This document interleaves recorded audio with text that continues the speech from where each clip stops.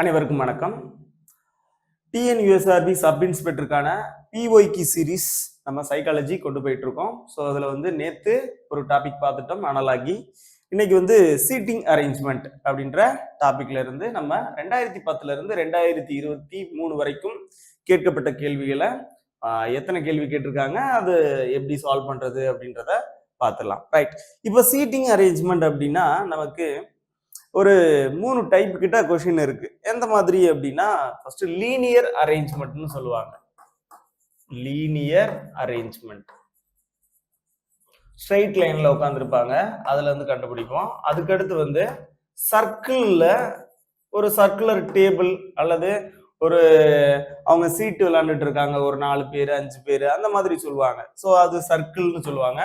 So அந்த அரேஞ்ச்மெண்ட்ல அதுக்கடுத்து square table or rectangle table, அதுக்கப்புறம் ஏதாவது ஒன்று பென்டகன்னு சொல்லியிருப்பாங்க, அதுக்கடுத்து ஹெக்ஸகன்னு சொல்லியிருப்பாங்க, 8 பேர் உட்காந்துருக்கிறேன்னு சொல்லுவாங்க.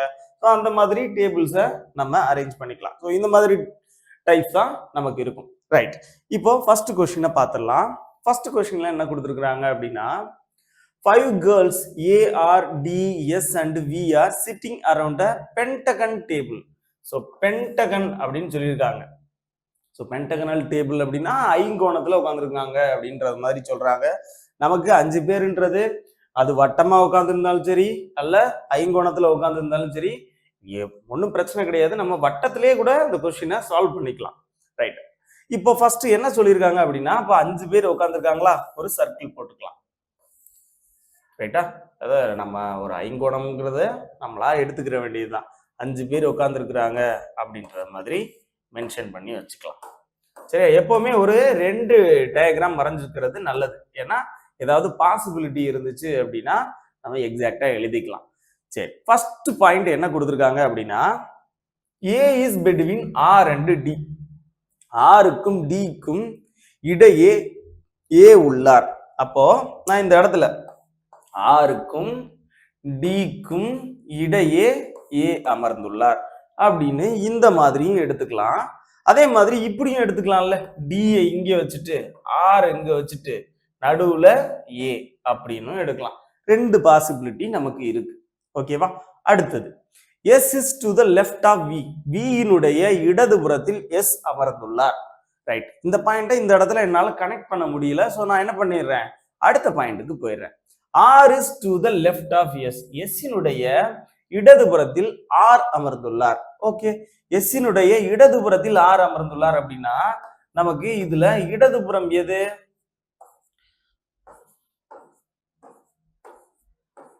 இதுதான் இடதுபுறம், இது வலதுபுறம். இது இடதுபுறம், இது வலதுபுறம்.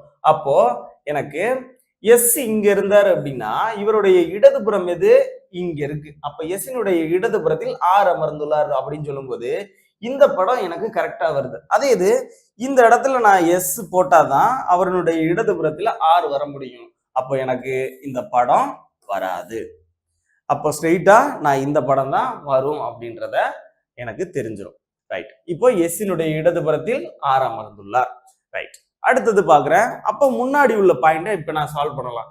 S is to the left of V. அப்போ வியினுடைய இடதுபுறத்தில் ஆர் அமர்ந்துள்ளார். வியினுடைய இடதுபுறத்தில் எஸ் அமர்ந்துள்ளார். அப்ப வியினுடைய இடதுபுறத்தில் எஸ் அமர்ந்துள்ளார் அப்படின்றது எனக்கு சரியா வந்துருச்சா? ரைட், இப்போ கொஸ்டின் என்ன கேட்டிருக்கான்றத பார்க்கலாம். Who is to the right of A. ஏயினுடைய வலதுபுறத்தில் இருப்பவர் யார்? ஏயினுடைய வலதுபுறத்தில் யார் இருக்காரு? ஆர் இருக்கிறார். சரியா, ஏயினுடைய வலதுபுறத்தில் ஆர் அமர்ந்துள்ளார். தேர்ட் ஆப்ஷன்ல கொடுத்திருக்கிறார். அடுத்த கொஸ்டின் பார்க்கலாமா? There are 5 different houses. மொத்தம் ஒரு 5 ஹவுஸ் இருக்கான். எதுல இருந்து எது வரை இருக்கு அப்படின்னா ஏல இருந்து இ வரைக்கும். அப்படின்னா ஏ பி சி டி இன்னு ஒரு 5 வீடு இருக்கு அப்படின்னு சொல்லிட்டாங்க. இன்னர் ரோ, அப்போ ஒரு ஸ்ட்ரெயிட் லைன்ல இருக்கு. லீனியர் அரேஞ்ச்மெண்ட்ல கொஸ்டின் கேட்டிருக்காங்க அப்படின்றது நமக்கு தெளிவாகுது. ரைட், ஏ என்பது பி இன் வலதிலும். ஸோ அப்போ பியினுடைய வலதுபுறத்தில் ஏ அமர்ந்துள்ளார் அப்படின்றது நமக்கு தெளிவாகுது. அதுக்கடுத்து இ என்பது சி இன் இடதிலும் அப்படின்னு சொல்லியிருக்காங்க. ஏ என்பது பி இன் வலதிலும். அப்போ பியினுடைய வலதுபுறத்தில் ஏ அமர்ந்துள்ளார். ஏ இருக்காது, அதாவது அது வீடு தானே. ஸோ ஏ ஏங்கிற ஒரு வீடு இருக்கு அப்படின்றத வச்சுக்கலாம். இ என்பது சியின் இடதில் அப்படின்னு சொல்லியிருக்காங்க. இ என்பது சியின் இடதில். அப்போ சியினுடைய இடதுபுறத்தில் இ இருக்கிறாரு. ஒரு எக்ஸாம்பிளுக்கு வரைஞ்சு வச்சுக்கிறேன். அதுக்கடுத்து நம்ம கனெக்ட் பண்ணிக்கலாம். ரைட். அடுத்தது ஏவின் வலதிலும் உள்ளது. ஏ என்பது பியின் வலதிலும், இ என்பது சியின் இடதிலும், இ என்பது சியின் இடதிலும், ஏயின் வலதிலும். அப்படின்னா மேலெல்லாம் நம்ம தனியா எழுதணும்னு அவசியம் கிடையாது. அவனே சொல்லிட்டான். சிக்கு இடதுபுறத்துல ஈயும், ஏயினுடைய வலதுபுறத்துல ஈயும் இருக்காங்க அப்படின்னு சொல்லிட்டான். இப்போ பி என்பது டியின் வலதிலும். அப்ப பி என்பவர் டியினுடைய வலதுபுறத்துல இருக்கிறாராம். எந்த வீடு நடுவில் உள்ளது அப்படின்னு கேட்டிருக்காங்க. எந்த வீடு நடுவில் இருக்கு? ஏ. அவ்வளவுதான். ஃபர்ஸ்ட் ஆப்ஷன்ல கொடுத்திருக்கிறாங்க. which of the house is in the middle அப்படின்னு கேட்டிருக்காங்க. மிடில் இருக்கிறது ஏ தான். ஓகேவா? ரைட். அடுத்த क्वेश्चन பார்க்கலாம். Study the following information and answer the question given below. 6 friends P, Q, R, S, T and U are sitting in a row in the north direction. அதாவது ஒரு 6 friends இருக்காங்க. எல்லாருமே வந்து நார்த் டைரக்ஷனை பார்த்து உட்கார்ந்துருக்கிறாங்க அப்படின்றது மாதிரி சொல்றாங்க. ரைட். அதுல ஃபர்ஸ்ட் பாயிண்ட் என்ன சொல்லியிருக்கிறான் அப்படின்னா, R is between B and D. So பிக்கும் டிக்கும் இடையில் ஆர் உள்ளார் அப்படின்னு அர்த்தம். இப்போ நான் எனக்கு இந்த கொஸ்டினை சால்வ் பண்றதுக்கு ஃபர்ஸ்ட் எடுத்த உடனே நான் 6 பேர் வந்து நார்த்தை பார்த்து உட்காந்துருக்காங்கன்னா 6 பேரை நான் கோடு போட்டு எழுதி அப்படி சால்வ் பண்ணணும்னு அவசியம் கிடையாது. ஃபர்ஸ்ட் எடுத்த உடனே அவன் என்ன பாயிண்ட் சொல்லியிருக்கானோ அதுக்கு தகுந்த மாதிரி நம்ம அந்த கோடுகளை போட்டு வச்சுக்கிடுவோம். R is between B and D. So அப்போ பிக்கும் டிக்கும் இடையில ஆர் இருக்காருன்னு அர்த்தம். ஸோ அப்போ R is between B and டியா, அப்ப டி பி இதுவும் ஒரு பாசிபிலிட்டி தானே, ரெண்டுமே நமக்கு வரும். ஸோ ஏதாவது ஒன்று கேன்சல் ஆயிரும், அதை நம்ம தூக்கிடலாம். ரைட். அதுக்கடுத்து S is not in the end point. எஸ்ங்கிறவங்க எந்த ஒரு எண்ட்லையும் கிடையாது அப்படின்றத மாதிரி சொல்றாங்க. அப்ப கடைசியில எஸ் இருக்க மாட்டாங்க. ஒன்னு லெஃப்ட் ஹேண்டா இருக்க மாட்டாங்க, இல்லைன்னா ரைட் ஹேண்ட்லையும் இருக்க மாட்டாங்க. ஓகேவா? எஸ் வந்து எண்ட் பாயிண்ட் கிடையாது. இதை வந்து நம்ம மைண்ட்ல வச்சுக்கிறோம். ரைட். அதுக்கடுத்து Q is immediate right of T. Tயோட உடனடி வலதுபுறத்துல Q இருக்காங்களாம். சரியா? Q என்பவர் Tக்கு வலதுபுறத்தில் அடுத்ததாக உள்ளார். அப்ப Tக்கு வலதுபுறத்தில் Q இருக்காருன்னா Tயோட வலதுபுறத்துல Q இந்த இடத்துல வர முடியாது. அப்ப கண்டிப்பா இது சால்வ் ஆகாது. அப்போ இந்த இடத்துலதான் Q இருக்க முடியும். சரியா? ரைட். அப்போ T வந்து இந்த இடத்துல இருந்தா மட்டும்தான் Q வலதுபுறத்துல வர முடியும். T இந்த இடத்துல TP இந்த சைடு இருந்துச்சு அப்படின்னா நமக்கு இந்த கொஸ்டினுக்கு சால்வ் பண்ண முடியாது. அப்போ அடுத்த பாயிண்ட் போயிடலாமா? U is not at the right end. அப்போ யூங்கிறவரு வலதுபுறத்துல எந்த எண்ட்ல கிடையாது, வலது எண்ட்ல கிடையாது அப்படின்னு சொல்லிட்டாங்க.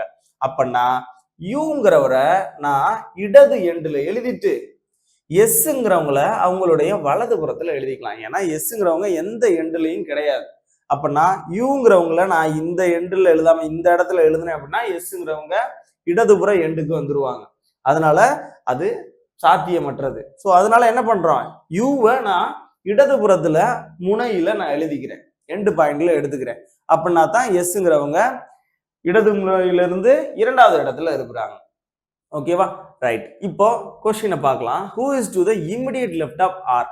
ஆரினுடைய இடதுபுறத்தில் அருகில் இருப்பவர் யார்? ஆரினுடைய இடதுபுறத்தில் அருகில் இருப்பவர் யாரு? பி. சரியா?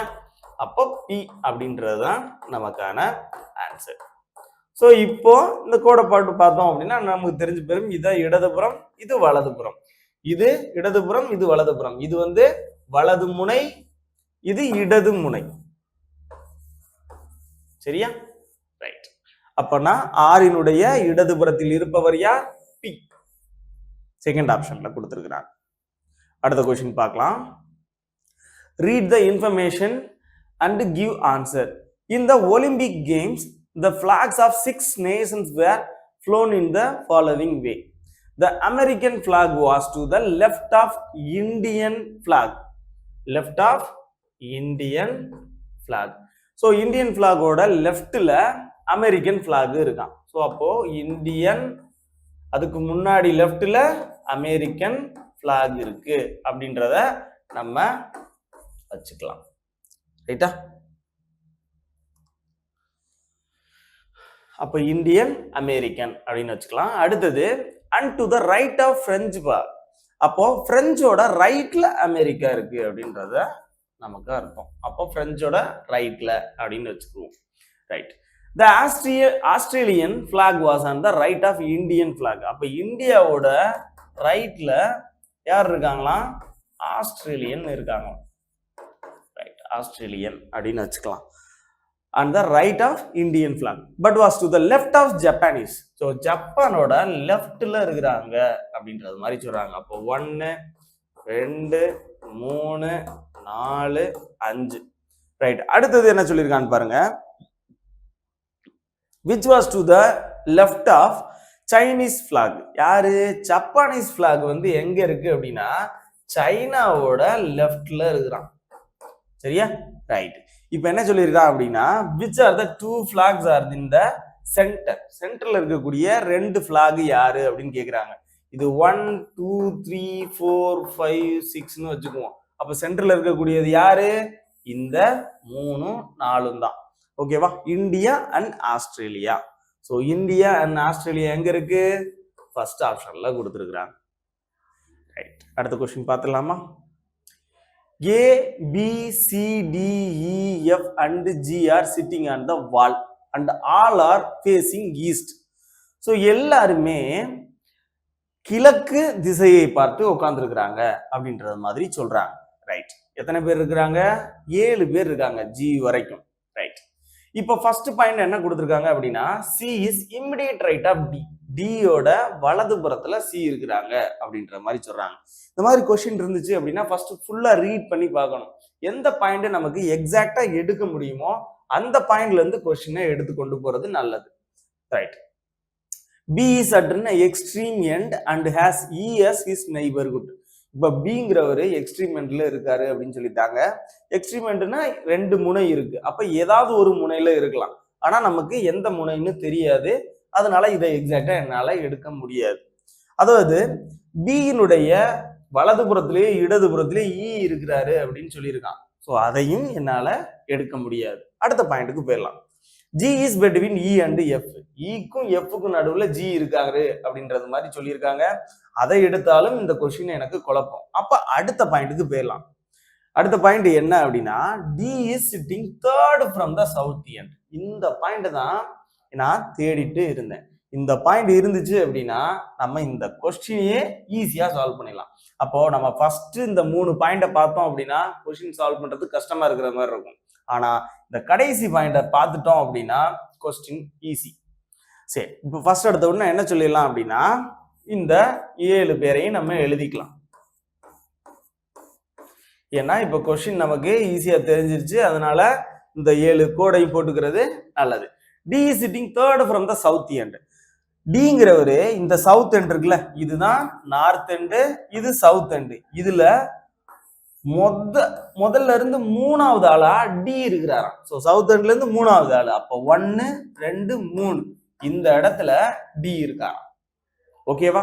அடுத்தது டியை வச்சு வேற என்ன பாயிண்ட் இருக்குன்னு பார்க்கலாம். C is immediate right of D. So டியோட வலது அருகில் சி அமர்ந்துள்ளார். அப்ப டியோட வலது புறத்துல சி இருக்குதாராம். ரைட். அடுத்தது பார்க்கலாம். வேற எது என்ன கொடுத்துருக்கான்னு பார்க்கலாம். B is at extreme end and has E as his neighborhood. இப்போ பிங்கிறவரு எக்ஸ்ட்ரீம் எண்ட்ல இருக்காருன்னு சொல்லிட்டான். இந்த இடத்துல நான் பியை வரைஞ்சேன் அப்படின்னா இ இங்க பக்கத்துல வர முடியாது. ஏன்னா பிக்கு அருகில் தான் இ இருக்கிறாரு அப்படின்னு சொல்லியிருக்காங்க. அப்பன்னா பியினுடைய அருகில் இ வர முடியாது. ஏன்னா சி இருக்கிறாரு. அப்பன்னா பியை நான் இந்த இடத்துல எழுத முடியாது. அப்ப பி எந்த இடத்துல தான் இருக்க முடியும்? மேலதான் இருக்க முடியும். அப்ப பியினுடைய அருகில் இ அமர்ந்துள்ளார். இப்ப என்ன ஒரு பாயிண்ட் ஒன்னு சொல்லியிருந்தாங்க அப்படின்னா G is between E and F அப்படின்ற ஒரு பாயிண்ட் சொல்லியிருந்தாங்களா? E and F. ஸோ இக்கும் எஃப்க்கும் நடுவுல யார் இருக்காங்களா? ஜி இருக்காங்க அப்படின்ற ஒரு பாயிண்ட் சொல்லியிருந்தாங்க. ஸோ அதையும் நம்ம நோட் பண்ணிட்டோம். இப்போ ஒரு பாயிண்ட் நமக்கு கொடுக்கவே இல்லை. அப்போ ஒரே ஒரு ஆள் தான் மீதி இருக்கிறார். யாரு? ஏ. அப்ப ஏ தான் இந்த பாயிண்ட்ல இருப்பார். இப்ப கேள்வியை சால்வ் பண்ணிடலாமா? இப்ப என்ன கேள்வி கேட்டிருக்காங்க அப்படின்னு பார்த்துடலாம். Who is sitting to the right of E? ஈனுடைய வலதுபுறத்தில் அமர்ந்திருப்பவர் யார் அப்படின்னு கேக்குறாங்க. ஈயோட வலதுபுறத்துல யார் இருக்கா? ஜி தான் இருக்கிறாரு. ஸோ தேர்ட் ஆப்ஷன்ல கொடுத்துருக்குறாங்க. அடுத்த கேள்வி பார்க்கலாம். Which of the following pair of people are sitting at the extreme end? அப்போ ரெண்டு முனையிலையும் இருப்பவர்கள் யார் யார் அப்படின்னு கேக்குறாங்க. ரெண்டு முனையில இருக்கிறவங்க யாரு? பியும் ஏயும். ஸோ ஏபின்னு கொடுத்துருக்கலாம், இல்ல பிஏன்னு கொடுத்துருக்கலாம். நமக்கு ஏபின்னே கொடுத்துருக்குறாங்க. முதல் ஆப்ஷன்லயே இருக்கு. அடுத்த கேள்வி பார்த்துடலாம். Between which of the following pairs is D sitting? D வந்து யாரு ரெண்டு பேருக்கு நடுவுல உட்கார்ந்து இருக்கிறாரு அப்படின்னு கேக்குறாங்க. டி யாரு ரெண்டு பேருக்கு நடுவுல உட்கார்ந்து இருக்கிறாரு? எஃப்க்கும் சிக்கும் நடுவுல தான் டி உட்கார்ந்து இருக்கிறாரு. அப்போ எஃப் சி அல்லது சிஎஃப்னு கொடுத்துருப்பாங்க.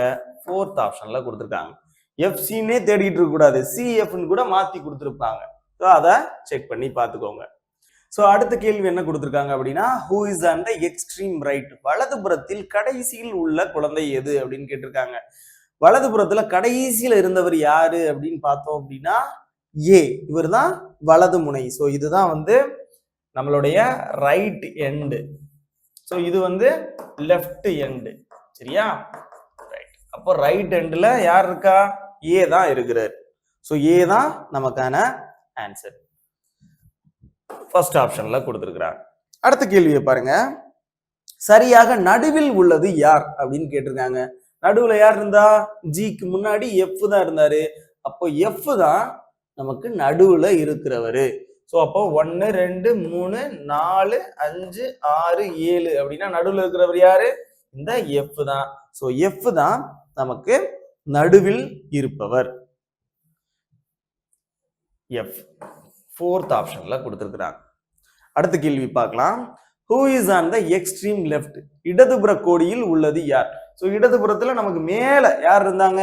பி தான் இருந்தாரு. ஸோ செகண்ட் ஆப்ஷன்ல கொடுத்துருக்குறாங்க. ஓகேவா? நம்ம அடுத்த POQ மீட் பண்ணலாம். தேங்க்யூ.